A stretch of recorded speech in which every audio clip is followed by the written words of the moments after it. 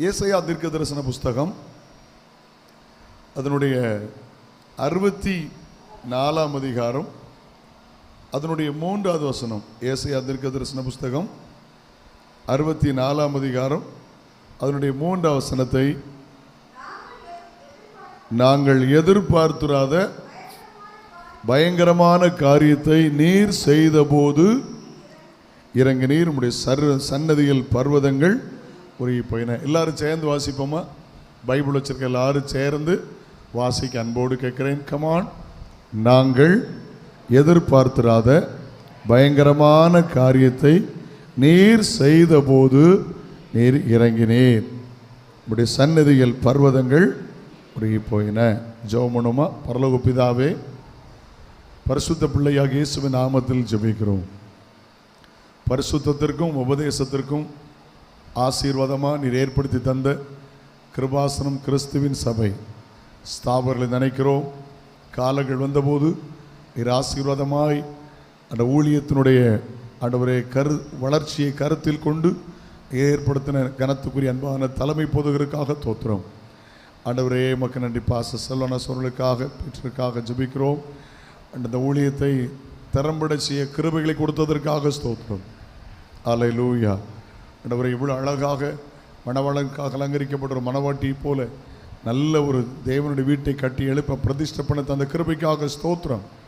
ஆண்டவரே, இந்த ராத்திரி விசேஷ கூட்டத்தினுடைய முதல் நாள் இரவு கர்த்தருடைய வார்த்தையாய் நிற்கிறேன். நான் சிறுக கர்த்தர் இயேசு மாத்திரம் உயர்ந்திருப்பீராக வசனத்தை கொண்டு ஊழியத்தை நிறைவேற்ற வந்திருக்கிறதுக்காய் தோத்திரம்.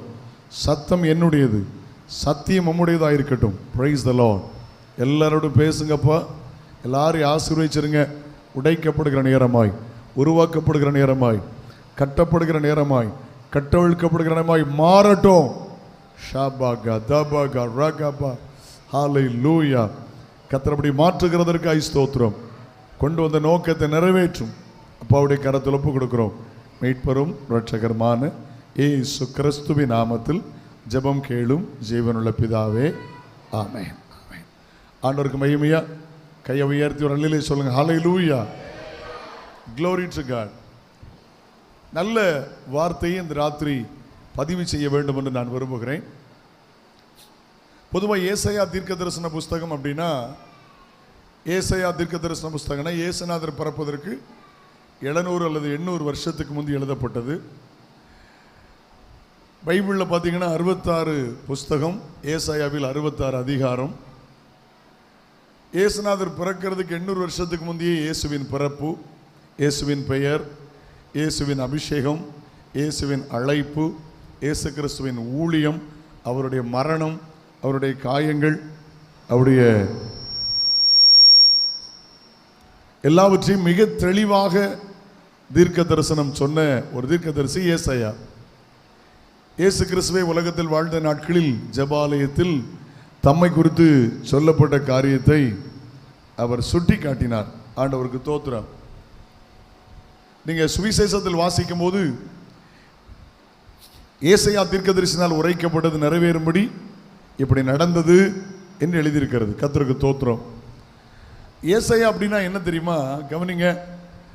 பழைய ஏற்பாட்டின் சுவிசேஷம், the gospel of old testament. பழைய ஏற்பாட்டின் சுவிசேஷம். ஆண்டவர் நல்லவர். சுவிசேஷம் என்றால் என்ன?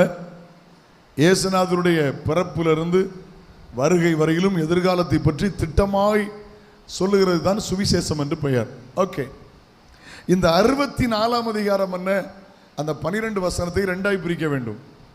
முதல் 8 வசனங்கள், the 1 to 8, the first part. 9, 10, 11, 12 இரண்டாவது பகுதி. இந்த ஏசாயா 64ஆம் அதிகாரம் என்றால் என்ன தெரியுமா? கவனிங்க, லிசன். ஏசாயா 64ஆம் அதிகாரம் என்றால் சபை ஜெபிக்க வேண்டும். எல்லாரும் சொல்லுங்க, சபை ஜெபிக்க வேண்டும் என்பதை குறித்த ஒரு தீர்க்க தரிசனம். எப்படி ஜெபிக்கணும்? முதல் பகுதி தேவனுடைய வல்லமையை வெளிப்படுத்த சபை ஜெபிக்கிறது. பதில் சொல்லுங்கள். தேவனுடைய வல்லமையை வெளிப்படுத்த சபை ஜெபிக்கிறது. அடுத்த பகுதி மன துயரங்களில் சபை ஜெபிக்கிறது. நல்ல கவனிங்க. இன்னைக்கு இவ்வளோ அழகான ஆசீர்வாதமான ஊழியங்கள் கட்டி எழுப்பப்படுகிறது என்றால் பரிசுத்தவானுடைய தியாகம், பரிசுத்தவான்களின் ஜெபம். நான் சின்ன வயதில் ஒரு 51 ஆண்டுகள் 52 ஆண்டுகள் பார்த்த சம்பவங்கள் எல்லாம் பழைய ஆவிக்குரிய சபை பரிசுத்தவான்கள் ஊழியருடைய அனுபவங்களை பார்க்கிறேன். ஒரு பாய் முழங்கால் போட்டு அப்படியே தோத்திரம்னு சொல்லி போட்ட தோத்திரமும் ஜபந்தான் இன்னைக்கு இவ்வளவு பெரிய ஒரு மறுமலர்ச்சியை தேசத்தில் ஏற்படுத்தியிருக்கிறது. பரிசுத்தவாட்டிகளின் ஜெபம், பரிசுத்தவான்களின் ஜெபம், பரிசுத்தவாட்டிகளின் தோத்திரம், நல்ல மூத்த தலை சிறந்த விசுவாசிகளின் ஜெபம் தோத்திரம், அதுதான் கொண்டு வந்திருக்கிறது.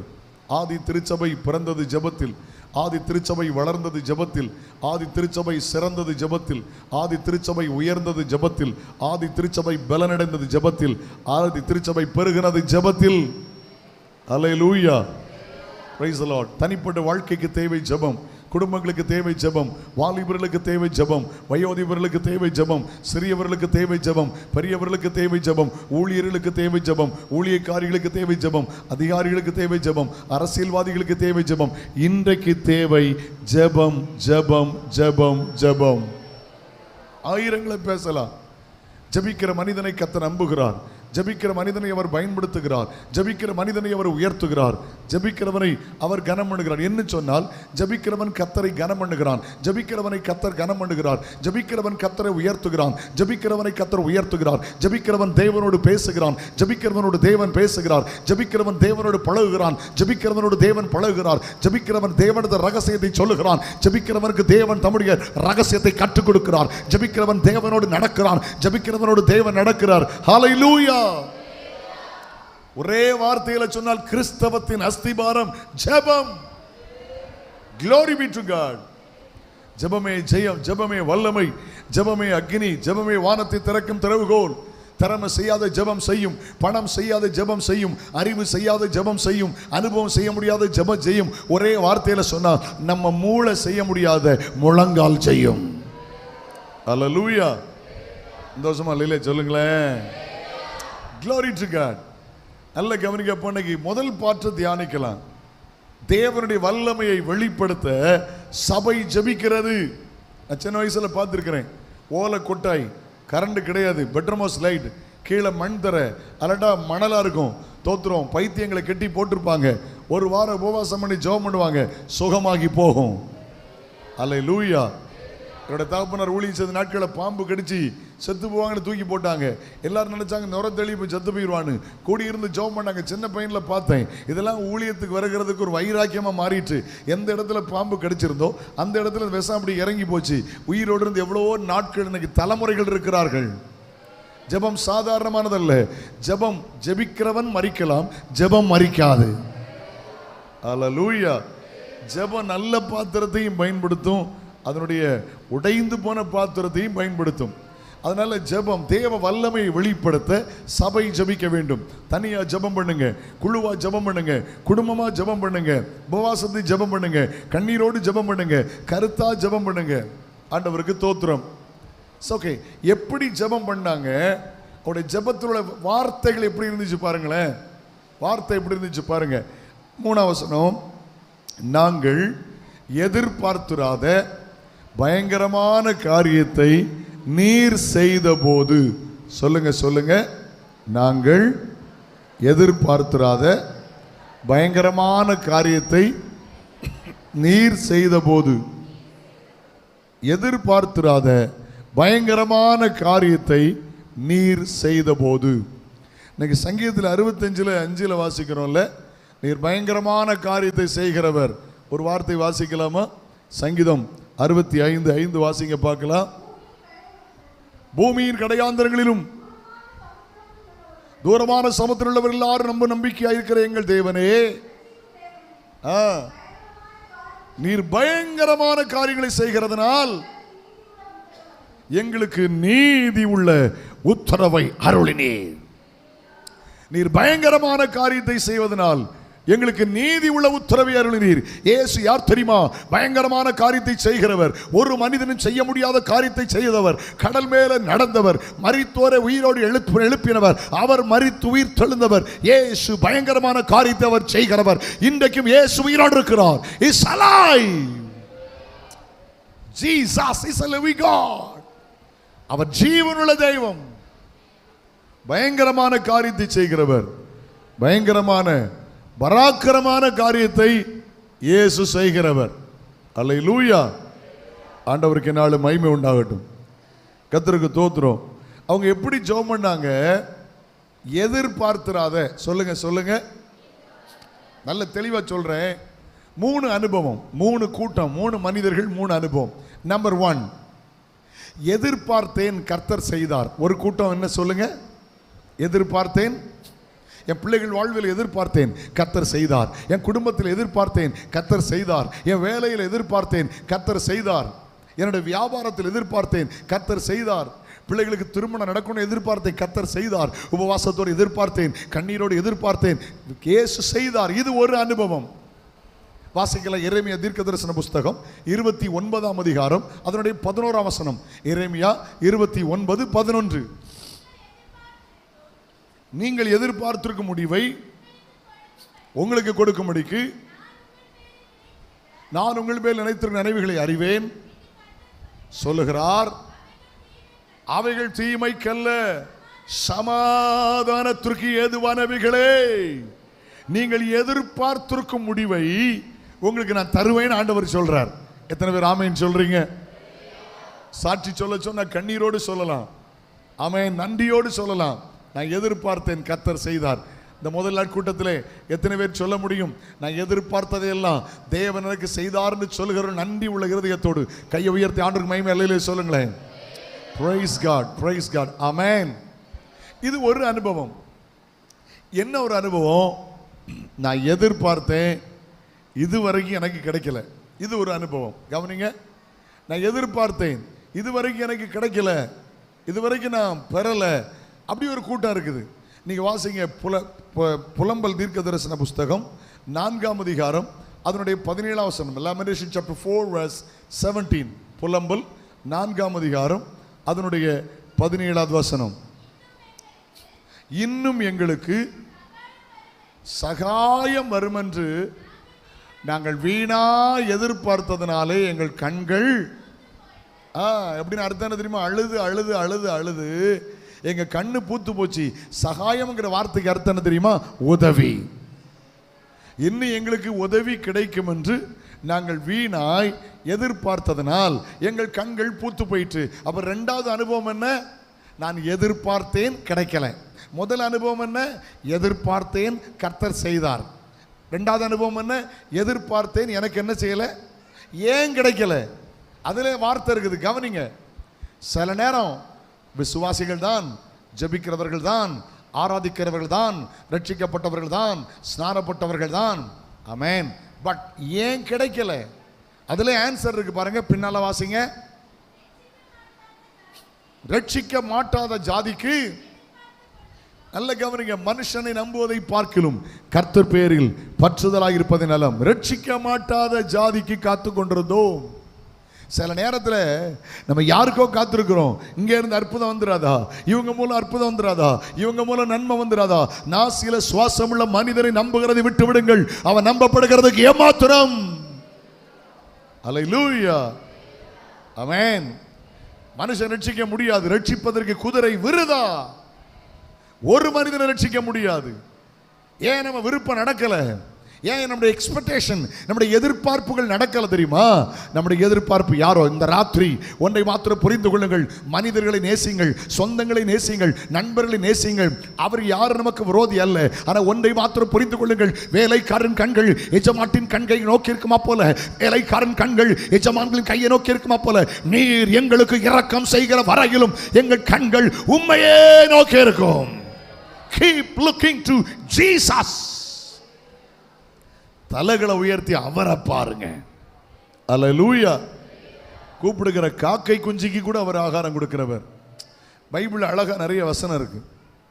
சமுத்திரத்திலே நீர் விளையாடும்படி உண்டாக்கின திமிங்கலங்களும் உண்டு. ஏற்ற வேளை நீர் ஆகாரம் கொடுப்பீர்னு அவைகள் காத்திருக்கும், நீர் கொடுக்க அவைகள் வாங்கிக் கொள்ளும், நீர் உங்களுடைய கையை திறப்ப அது நன்மையால் திருப்தியாகும். ஆண்டவருக்கு ஸ்தோத்திரம். சரி, 3வது அனுபவத்துக்கு வரலாமா? இதான் நான் பேச போறேன் கொஞ்ச நேரம். கவனிங்க, 3வது அனுபவத்துக்கு வரலாம். ஒன்று என்ன சொல்லுங்க? நான் எதிர்பார்த்தேன், கர்த்தர் செய்தார். 2, எதிர்பார்த்தேன், எனக்கு ஏன் கிடைக்கல? நம்மளை அறிந்தோ அறியாமலோ நம்முடைய எதிர்பார்ப்பு யாராக இருந்துச்சு? மனிதர்களாக இருக்கும், ஆனால் கிடைக்காது. மூன்றாவது ரொம்ப தெளிவான வார்த்தை, நாங்கள் எதிர்பாராத, சொல்லுங்க, நாட்கள் வருகிறது. நீங்க சொல்லுகிற நாட்கள் வருகிறது. ஐயோ, நான் எதிர்பார்க்கவே இல்லை, கர்த்தர் செய்தார்.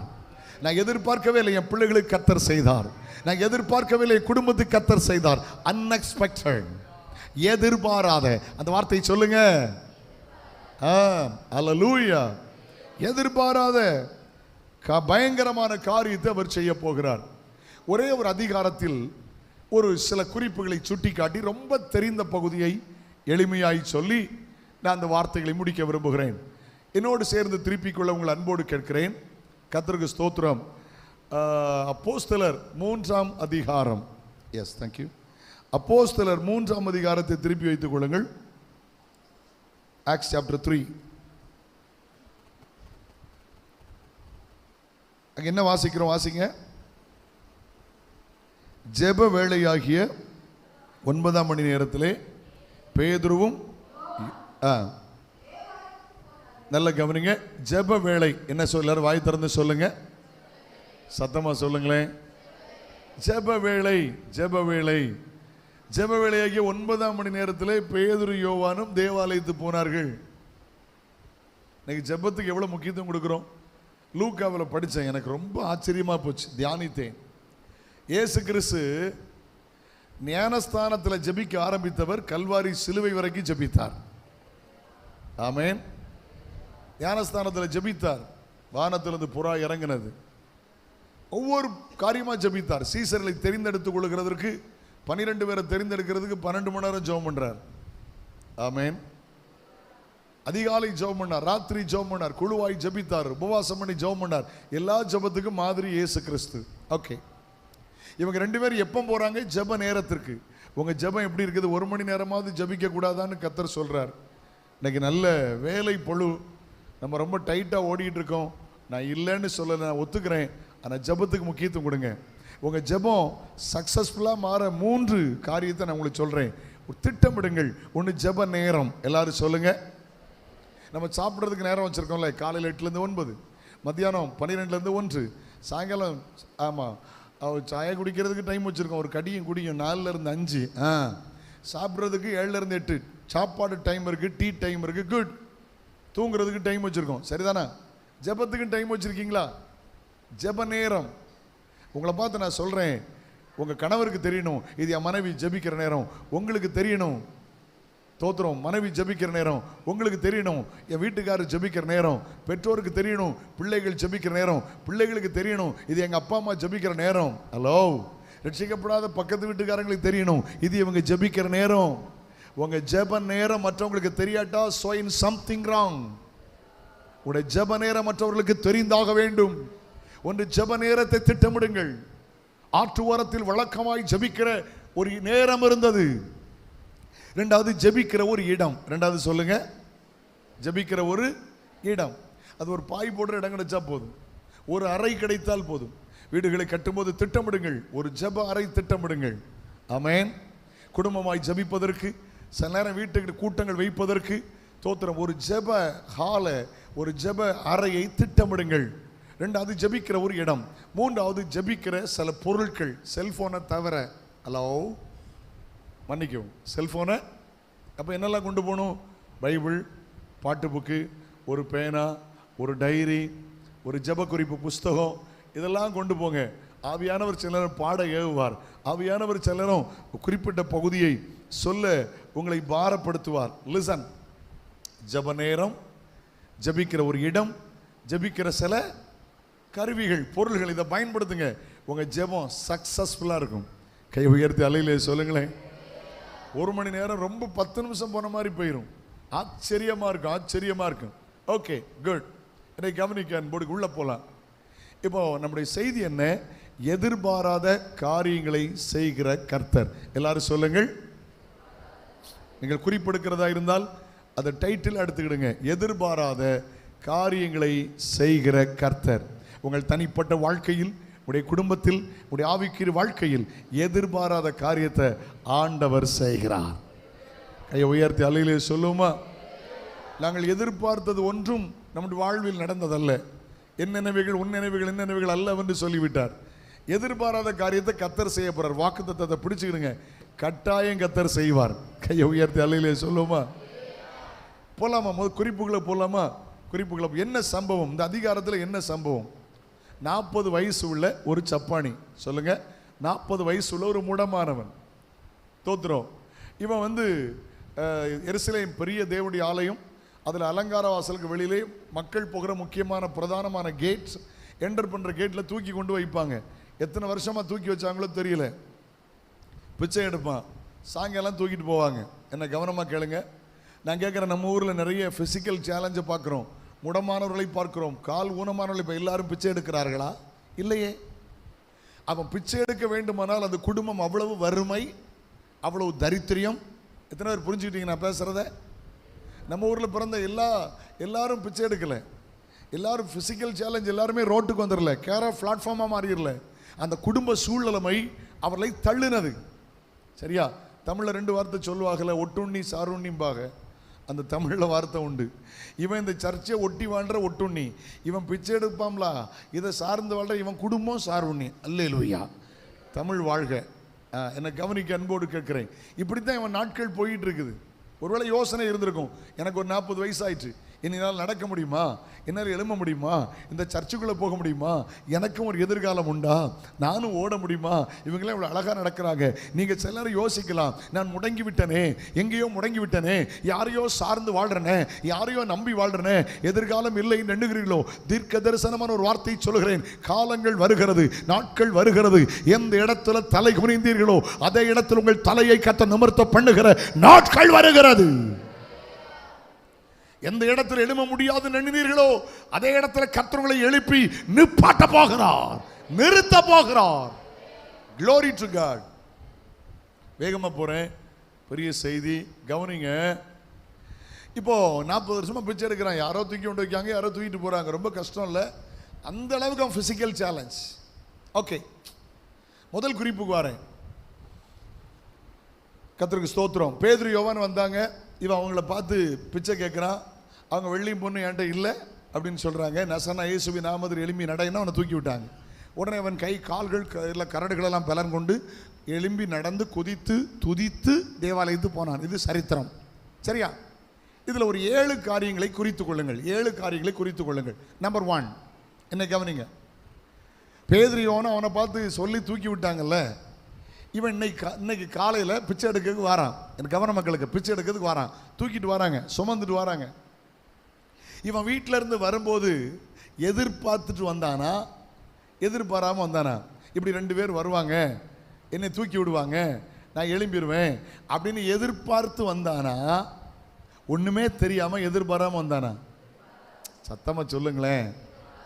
எதிர்பாராம இப்படி 2 பேரை வருவாக, அவங்கள சந்திப்பேன், அவங்ககிட்ட பேசுவேன், அவங்க என்கிட்ட பேசுவாங்க, என் லைஃப் அவங்களால மாறும், என் லைஃப்பில் ஒரு டேர்னிங் பாயிண்ட் இருக்கும் அப்படின்னு எதிர்பார்த்து வந்தானா, எதிர்பார்க்காம வந்தானா? அப்படின்னு அர்த்தம் என்ன தெரியுமா? நம்பர் 1, எதிர்பாராத சந்திப்பு, எதிர்பாராத உறவு, எதிர்பாராத ஐக்கியம். Hello, listen to me. எதிர்பாராத மேன்மை. பாருங்க, unexpected relationship, unexpected connection, unexpected divine connection. Hello, எதிர்பாராத சந்திப்பு, எதிர்பாராத உறவு, எதிர்பாராத ஐக்கியத்தை கர்த்தர் தருவார். என் வாழ்க்கையில் அப்படி தான் நடந்துச்சு.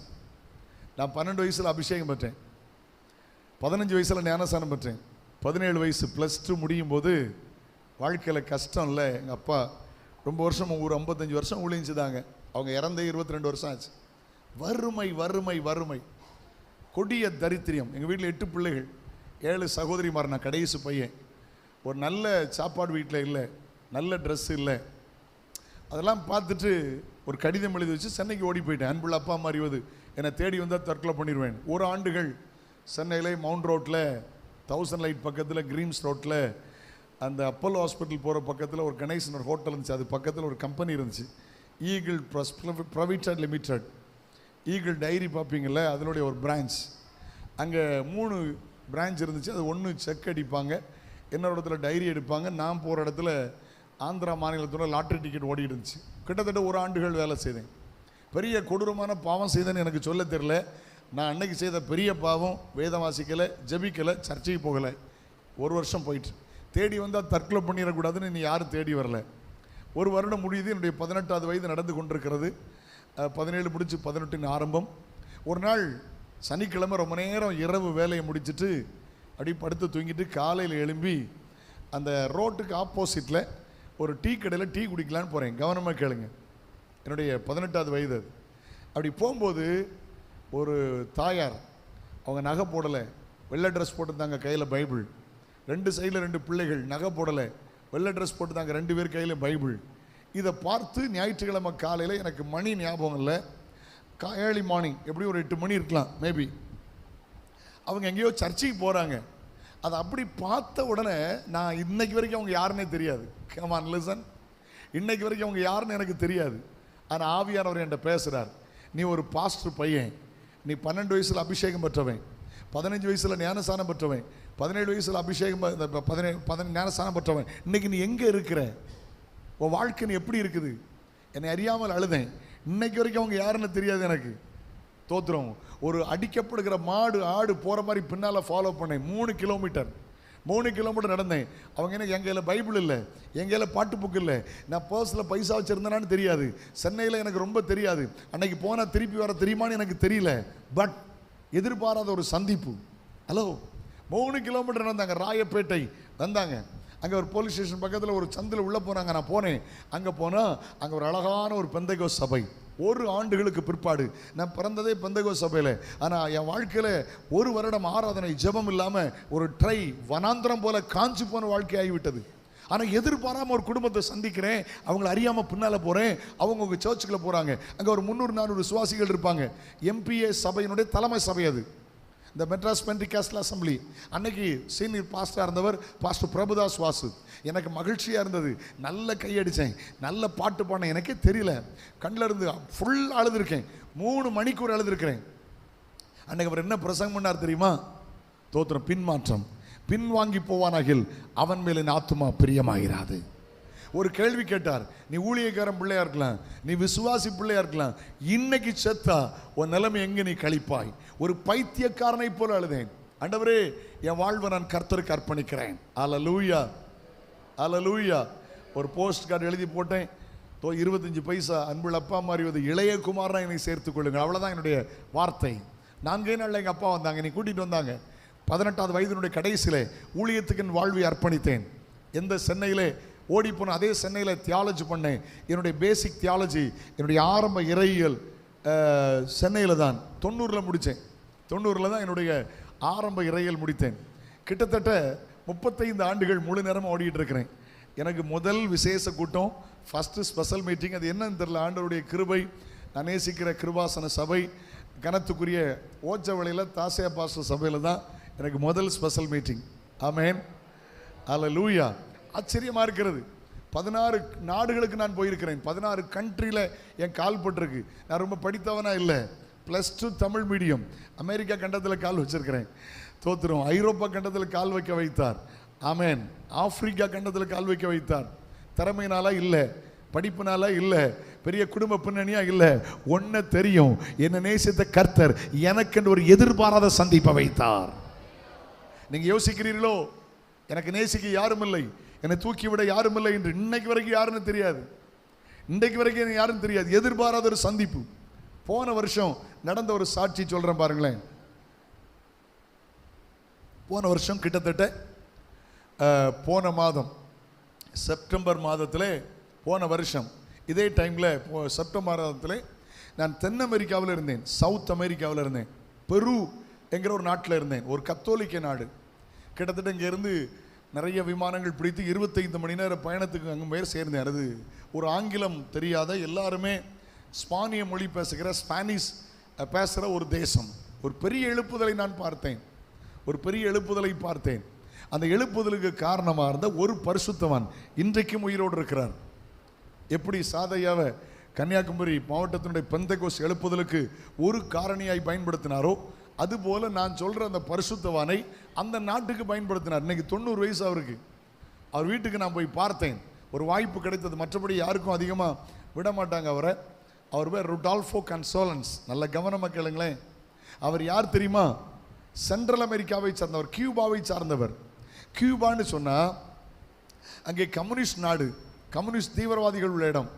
அங்கே தான் அவர் வளர்ந்தார். 18 வயசில் ஊழியத்துக்கு ஒப்பு கொடுத்தார். இயேசுவை பற்றி பிரசங்கம் பண்ண ஆரம்பித்தார். ரொம்ப ஜெய்ஜாண்டி ஃபிகர், ஒரு 6 அடி இருப்பார். ஒரு பெரிய பணக்கார குடும்பத்தை சார்ந்தவர். பிரசங்கம் பண்ண 1000 ரட்சிக்கப்படுவாங்க. பல முறை ஜெயிலில் தூக்கி போட்டாங்க. ஜெயிலில் பெந்தகோஸ்து ஜெயிலாக மாற்றி விட்டார். ஆமேன்னு சொல்லுங்களேன். 6 வருஷம் ஜெயில் தண்டனை, 3 வருஷமே முடிஞ்சது. 3 மாதம் இருட்டடையில் அடைச்சி வச்சு பார்த்தாங்க. இயேசு தான் தெய்வம்னார். ஒரு முறை மேடையில் நிப்பாட்டி 3 பேர் 3 ஆங்கிள் நின்று துப்பாக்கி வச்சு சுட பார்த்தாங்க. அவரால் சுட முடியலை, இவங்களால் சுட முடியலை. அதுக்கு பிற்பாடு என்ன செய்தாங்க தெரியுமா? அப்போ திருமணமாக இருந்தது.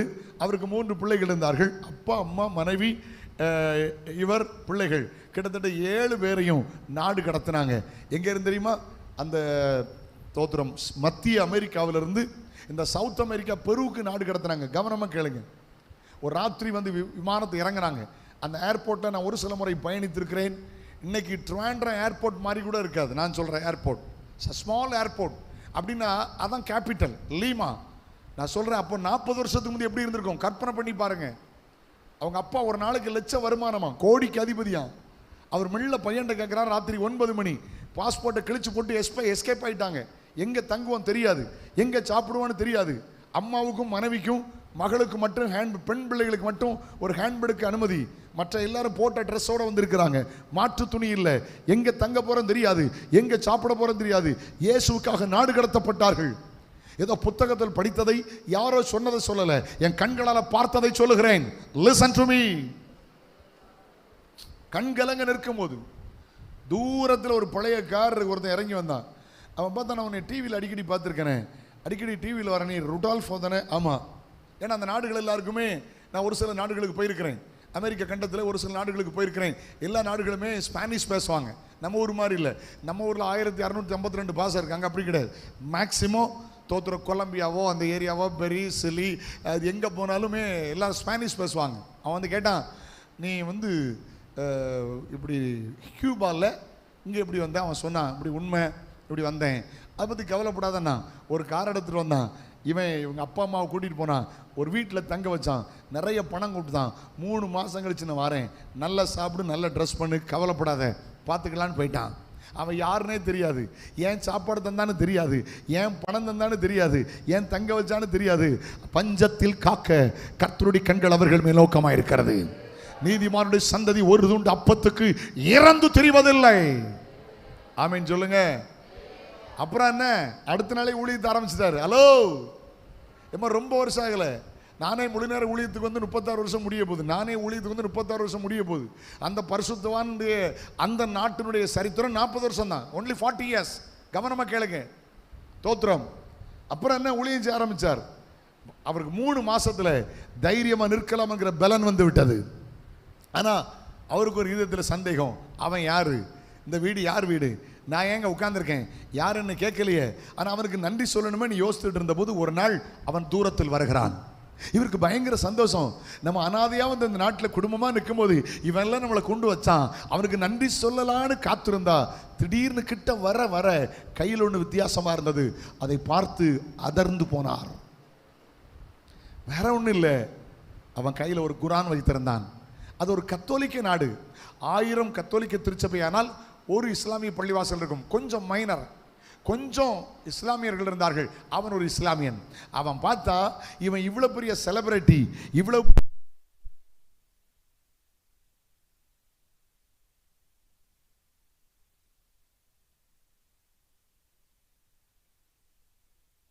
பேசினா என்ன பேசினா தெரியுமா? அவன் ஏசுநாதர் உன்னை கைவிட்டார், கிறிஸ்தவன் உன்னை கைவிட்டுச்சு, நான் தானே உனக்கு சோறு போட்டேன், நீ நம்பு, இதை வாசி. நான் சொன்னார், வானமே அடிச்சு கீழே விழுந்தாலும் கிழக்கு உருக்கி சூரியன் மேற்க ஒதிஞ்சாலும் இயேசுதான் தெய்வம் என்பதில் மாற்று கருத்து இல்லை.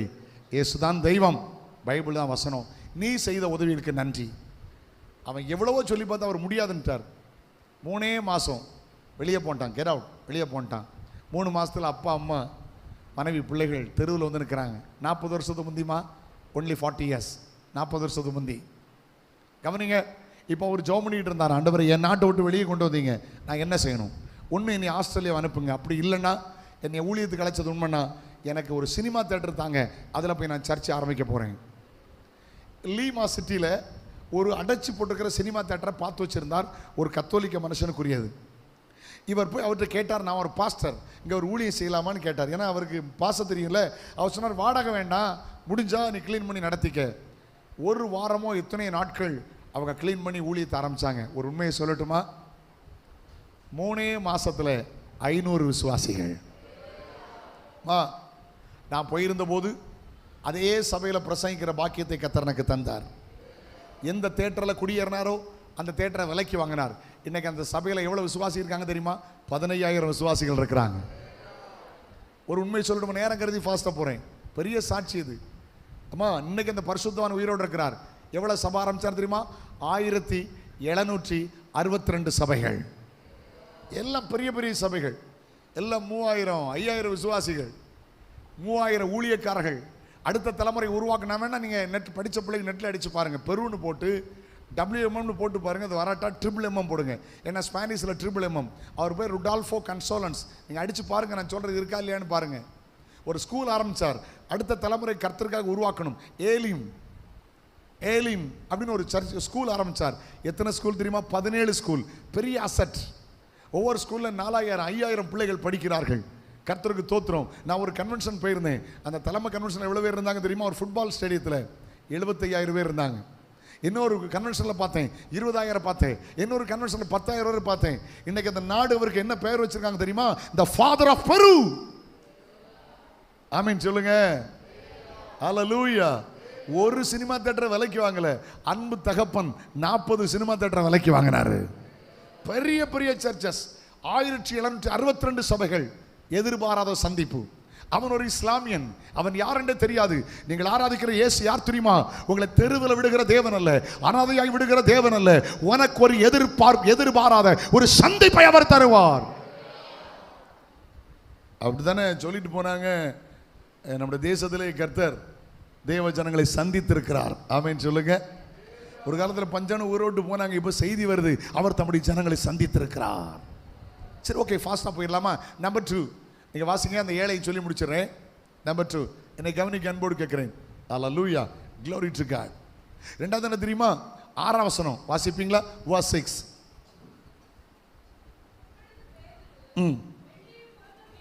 வெள்ளியும் பொன்னும் என்னிடத்தில் இல்லை, என்னிடத்தில் உள்ளதை உனக்கு தருகிறேன். நசரேயனான இயேசுவின் நாமத்தினால் நீ எழும்பி நட. இங்கே பாருங்க, இதுவரைக்கும் அவனை பற்றி ஒருத்தர் அப்படி சொன்னதில்லை. ரைட். என்ன பைசா கொடுத்துருப்பாங்க, பிச்சை போட்டிருப்பாங்க, சாப்பாடு கொடுத்துருப்பாங்க, ட்ரெஸ் வாங்கி கொடுத்துருப்பாங்க. பட் இதுவரையிலும் அவனை பற்றி யார் அப்படி சொன்னதில்லை. ஆனால் முதல் முறையா, த ஃபர்ஸ்ட் டைம் அவன் காதில் ஒரு செய்தி வருது. நீ பிச்சை எடுத்தது போதும், எழும்பி நட. நீ முடமானது போதும், எழும்பி நட. நீ யாரையோ சார்ந்து வாழ்ந்தது போதும், எழும்பி நட. ஹல்லேலூயா. நீ அசிங்கமாக வாழ்ந்தது போதும், எழும்பி நட. நீ கேவலமாக வாழ்ந்தது போதும், எழும்பி நட. வேதம் சொல்லுகிறது, எழும்பி பிரகாசி, உன் ஒளி வந்தது, கர்த்தருடைய மகிமை உன்மேல உதித்தது. ஹல்லேலூயா, glory to God. ஷாபஹந்துனாமா. ஏய், ஹல்லேலூயா. என்ன தெரியுமா? எதிர்பாராத நற்செய்தி. இப்படி பேசுவாங்கன்னு அவனுக்கு தெரியுமா? என்ன ஒன்றும் பேச மாட்டேங்க. இப்படி பேசுவாங்கன்னு தெரியுமா? தெரியாது. அப்போ இவன் காதில் ஒரு செய்தி வருது. எதுக்கு இந்த கன்வென்ஷன், எதுக்கு இந்த நற்செய்தி கூட்டங்கள்? உங்கள் வாழ்வில் ஒரு எதிர்பாராத செய்தி வரப்போகிறது. அந்த செய்திக்கு பிற்பாடு உங்கள் வாழ்க்கை மாறப்போகிறது, உங்களுடைய ஜீவியம் மாறப்போகிறது, உங்கள் நிலைமை மாறப்போகிறது, உங்கள் சூழ்நிலைமை மாறப்போகிறது. ஹல்லேலூயா, ஹல்லேலூயா. சொந்தங்கள் பேசாத, நட்புகள் பேசாத, யாரோ பேசாத ஒரு வார்த்தை உங்கள் காதுகளில் விழும். நீங்கள் எழும்புவீர்கள், உங்கள் வாழ்க்கை மாறும், சரித்திரத்தில் இடம் பெறுவீர்கள். Glory to God. ஆமென்னு சொல்லுங்களேன். அல்லேலூயா. ஆண்டவருக்கு என்னாலும் மகிமை உண்டாகட்டும். Praise the Lord. மூன்றாவது, நேரம் கருதி சொல்ற கிட்ட போய் 7ஆம் வசனமா 6ஆம் வசனமா? வலது கையினால் அவனை பிடித்து, சொல்லுங்க, வலது கையினால் அவனை பிடித்து. இங்க பாருங்க, நல்ல கவனமா கேளுங்க. இதுவரைக்கும் என்ன நடந்துக்கு? தூக்கி கொண்டு வந்தார்கள் பிச்சை எடுக்க, தூக்கிட்டு போனார்கள் பிச்சை எடுத்ததை புடுங்கிறதுக்கு. ஆனா இப்ப முதல் முறையா என்ன நடக்குது? தூக்கி, எல்லாரும் சொல்லுங்களேன், எதிர்பாராத உதவி. எல்லாரும் சொல்லுங்க, unexpected help. Amen. Hallelujah. Unexpected good news, unexpected help. எதிர்பாராத உதவியை கர்த்தர் தருவார். கையை உயர்த்தி அல்லேலூயா சொல்லுங்க பார்க்கலாம். எதிர்பாராத உதவி ஆண்டவர் தருவார். அவன் எதிர்பார்த்ததே இல்லை. எனக்கு இப்படி ஒரு நன்மை நடக்குமா, என் காலத்தில் நடப்பனா, என் காலத்தில் வாழ்வனா, நான் இப்படியே நினைச்சேன. இல்லை இல்லை, ஒரு எதிர்பாராத உதவி வருகிறது. நீங்கள் சிந்திக்கிற மாதிரி சொல்லட்டுமா? பிச்சைக்காரன் என்ன வச்சுருப்பான்? கையில் ஒரு தட்டு வச்சுருப்பான், சரிதானே? தட்டில் என்ன செய்வான்? அந்த துட்டெல்லாம் இப்படி தட்டிக்கிட்டே இருப்பான். எதுக்கு? சவுண்ட்ஸ் வர்றது கேட்குறக்காக. ஆனால் தாள் ரூபா வந்தால் மடித்து உள்ளே வச்சுருவான். தட்டை மட்டும் தட்டிக்கிட்டு இருப்பான். அவன் எதிர்பார்த்தது தட்டில், ஆனால் எதிர்பாராமல் கர்த்தர் கொடுத்தது முட்டில். ஹலோ, எப்படி எப்படி எப்படி சொல்லுங்க சொல்லுங்க. அவன் எதிர்பார்த்தது தட்டில், எதிர்பாராமல் கிடைச்சது. அதை ஆண்டவர் சொல்லிட்டு, உன் நினைவுகள் என் நினைவுகள் இல்லப்பா, எதிர்பாராத உதவி. ஆமென். 4வது 7ஆம் வசனம், அப்பொழுது அவன் கால்கள் கரடுகள் எல்லாம் பலன் கொண்டது. சொல்லுங்க, எதிர்பாராத பலன். எல்லாரும் சொல்லுங்க.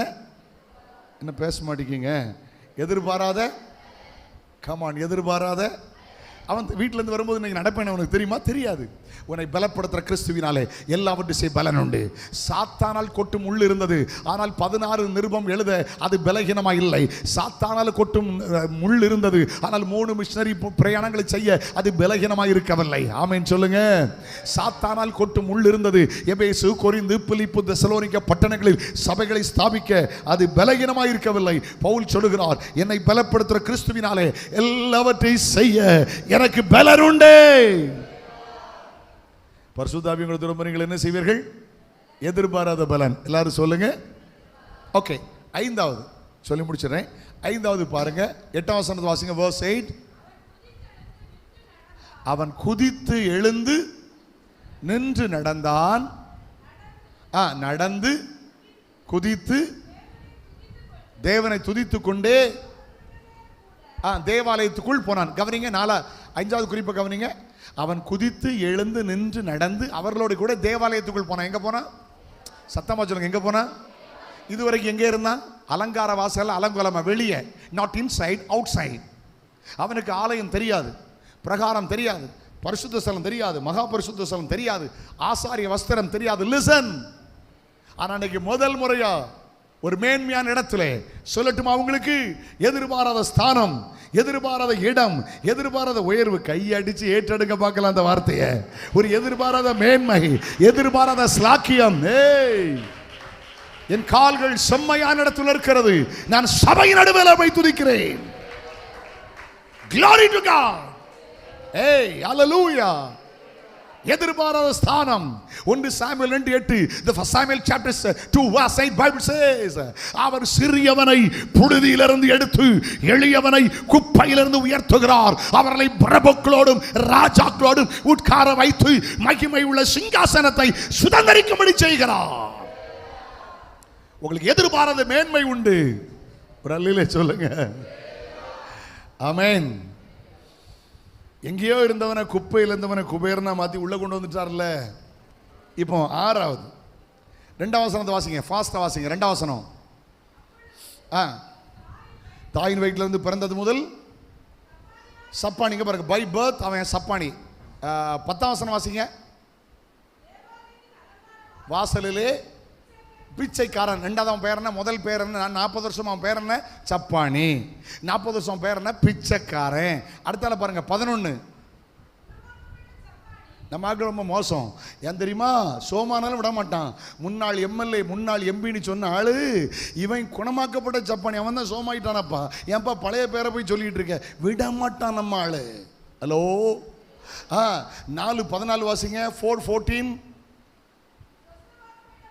சூப்பர்ல, சொஸ்தமாக்கப்பட்ட மனுஷன். 4:22 வாசிங்க.